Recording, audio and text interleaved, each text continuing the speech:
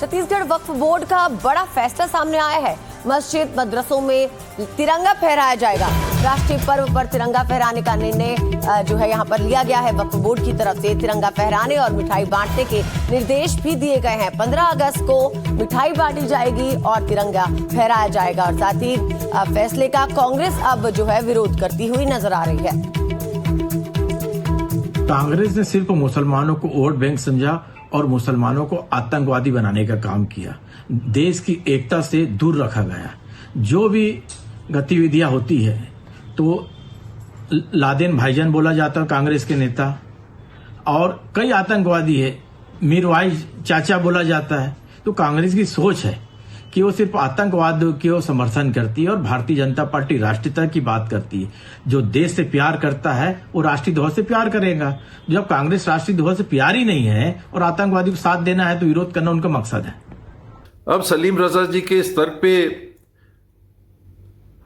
मैं क्या कहूं, मुझे अफसोस होता है कि स्वयं सलीम रजा जी बताएं कि इतने वर्षों तक वो कांग्रेस के शासनकाल में जन्म पाए, परवरिश पाए, बड़े हुए, वो कौन से आतंकवादी बने।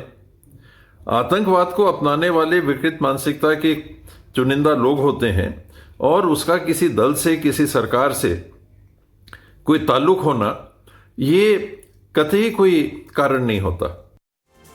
और हमारे सहयोगी अनुराग द्वारी इस वक्त हमारे साथ जुड़ गए हैं। अनुराग, छत्तीसगढ़ वक्फ बोर्ड का जो फैसला है तिरंगा फहराया जाएगा मस्जिद और मदरसों में, इसके पीछे की पृष्ठभूमि क्या है और आखिर अब ये मामला इतना तूल क्यों पकड़ता जा रहा है?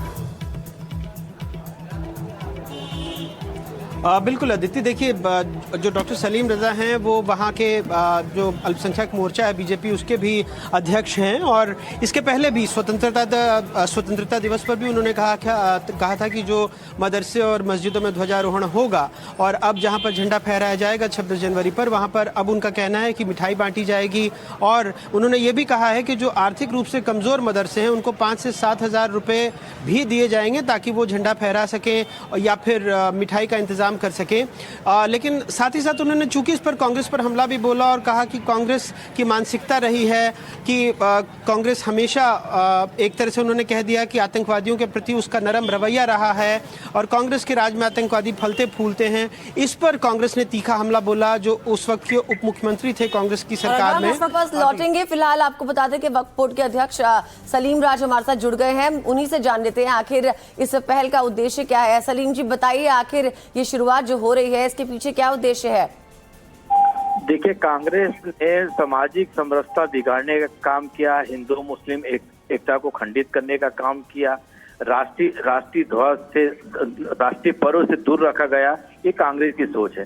भारतीय जनता पार्टी की सरकार चाहती है कि यहाँ पर एकता रहे और राष्ट्रीय पर्व मने।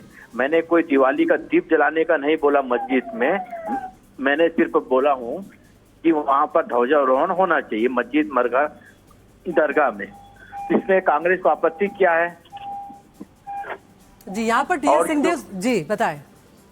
नहीं, टीएस सिंहदेव जी की सोच उनका मजबूरी है कांग्रेस की बात रखना।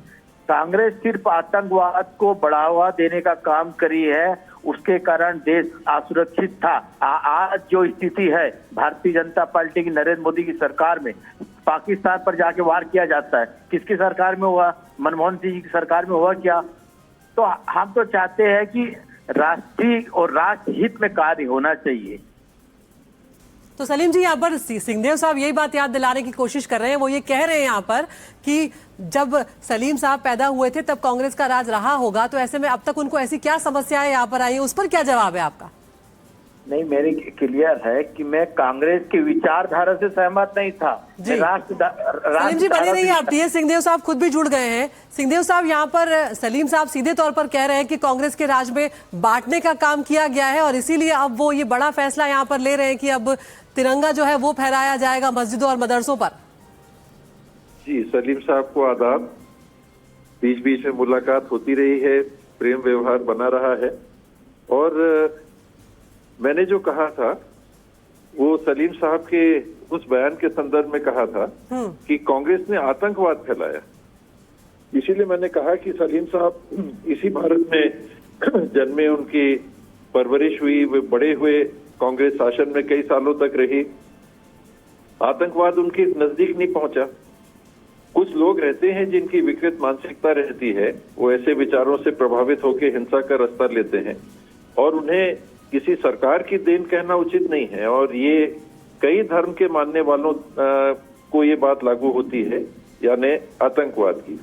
तो उस बात से मैंने असहमति व्यक्त की थी। जहां तक मदरसे की बात है, मदरसा एक स्कूल ही है और मेरी जानकारी में अनेकों मदरसों में 15 अगस्त और 26 जनवरी को झंडे फहराए जाते हैं।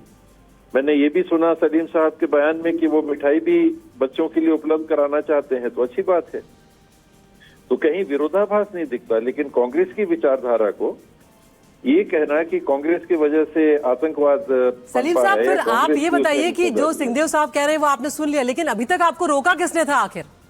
पहले भी नहीं है बीजेपी की सरकार है, कांग्रेस की सरकार है। आप मेरे से पूछ रहे हैं क्या? जी सलीम साहब। नहीं, देखिए महाराज जी सबको साथ सबको चलते महाराज जी आदरणीय है। इनके कांग्रेस के प्रदेश अध्यक्ष दीपक बैज जी का बयान है, ये पूरा अच्छे से। दीपक बैज जी बोले कि राष्ट्रीय ध्वज मस्जिदों में क्यों फहराया जाए, धार्मिक झंडा फहरना चाहिए, धार्मिक झंडा फहरना चाहिए, उसमें कोई तकलीफ नहीं है।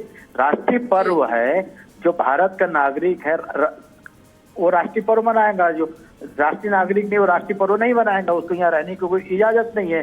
तो महाराज जी की बात से पूर्ण रूप से संतुष्ट हूँ, परंतु कांग्रेस के प्रदेश अध्यक्ष जी का बयान आपको सुनना चाहिए, उन्होंने क्या बोले। ठीक है, बहुत बहुत शुक्रिया सलीम जी आपका और सिंहदेव साहब आपका भी हमसे जुड़ने के लिए।